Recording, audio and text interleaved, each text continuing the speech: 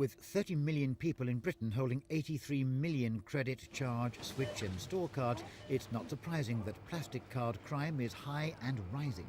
Police say this year it could reach a total of £400 million, an increase of 30% over last year. And the money made from credit card fraud may well help pay for even nastier crimes. What we mustn't forget about credit card crime is the fact that it is not a crime that stands on its own.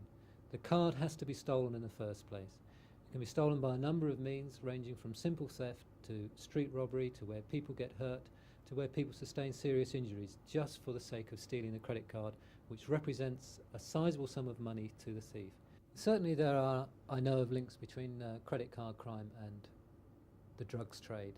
People who have been arrested by my squad have convictions for importation of drugs, who have convictions for supplying of drugs, which prove in my mind that there's an indelible link between the use of credit card crime, people taking stolen credit cards abroad, obtaining money, purchasing drugs, bringing them back to this country to sell on. The organisation, which represents many of the banks and building societies which issue the cards, confirmed that they too are concerned about the crimes that credit card fraud helps pay for, so they do take the problem seriously. Yes, very serious indeed. Not only because of the amount lost by the banks and building societies, but also because of the connection with organised crime, drug trafficking in particular. That takes it into a higher level of seriousness. Is the amount of credit card fraud due to laxities on the bank's behalf? I don't think laxity is the right word, actually. We all have a responsibility to solve the problem. We all have our part to play. The banks have the major share of the responsibility in solving this crime. No question about that.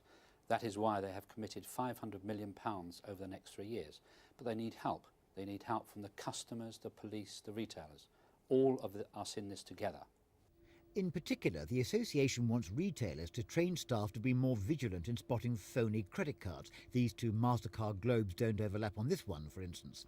And they want customers never to keep their personal identification numbers with their credit card. That is, they say, an open invitation to fraudsters. Christopher Rainbow for Thames News.